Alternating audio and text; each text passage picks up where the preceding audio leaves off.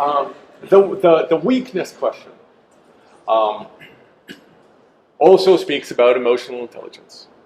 Okay, you have a bunch of interviewers out there, and some of them have been doing interviewing for a long time. Perhaps for most of your interviewers, it's your interview 50 and higher.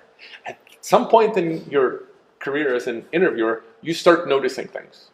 So your interviewers, after spending an hour with you, they will tell that you get a little too excited about things, or they will tell that you kind of interrupt them a little bit, or that you perhaps have a problem with algorithmic kinds of things, but are very excited about architecture nevertheless. That is, your interviewers already know what your weaknesses are. The worst thing you can do is to try to hide them. That is,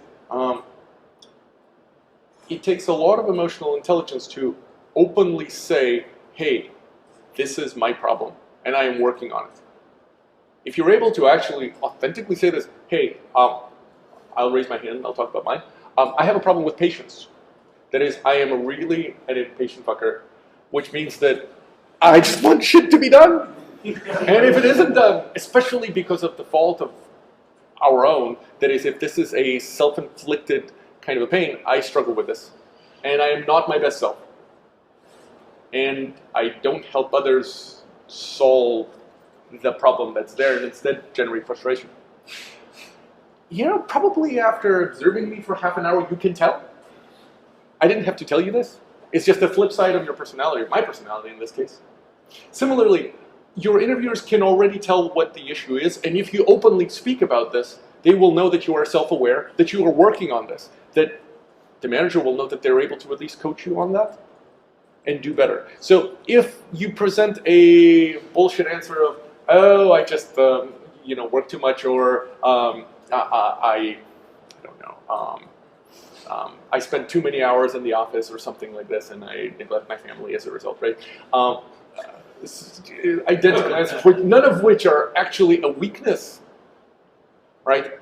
This demonstrates a lack of self-awareness. If on the other hand you bring up a genuine weakness, hey, I'm kind of not too good with algorithms today. What I've done with Code Fellows is I've gotten really strong applicable knowledge of how to build systems like this, but if you asked me how to do graph theory today, and we have to deal with distributed graph algorithms, I would probably struggle with that. If you openly speak about that, my God, they know already. 2, you'll have some credibility in their eyes about what you know your problems are, your weak spots are, and especially if you say, hey, I know that my weakness today is algorithms, and I'm just randomly picking algorithms who might be the best in the world. You can do even better if you say, hey, I know that this is my weakness, and I signed up for a Coursera class online about data structures and algorithms from Stanford, and I'm going to try to do better there. So this helps you both demonstrate your awareness and also talk about what you're doing about it, so you're not just sort of calmly accepting this.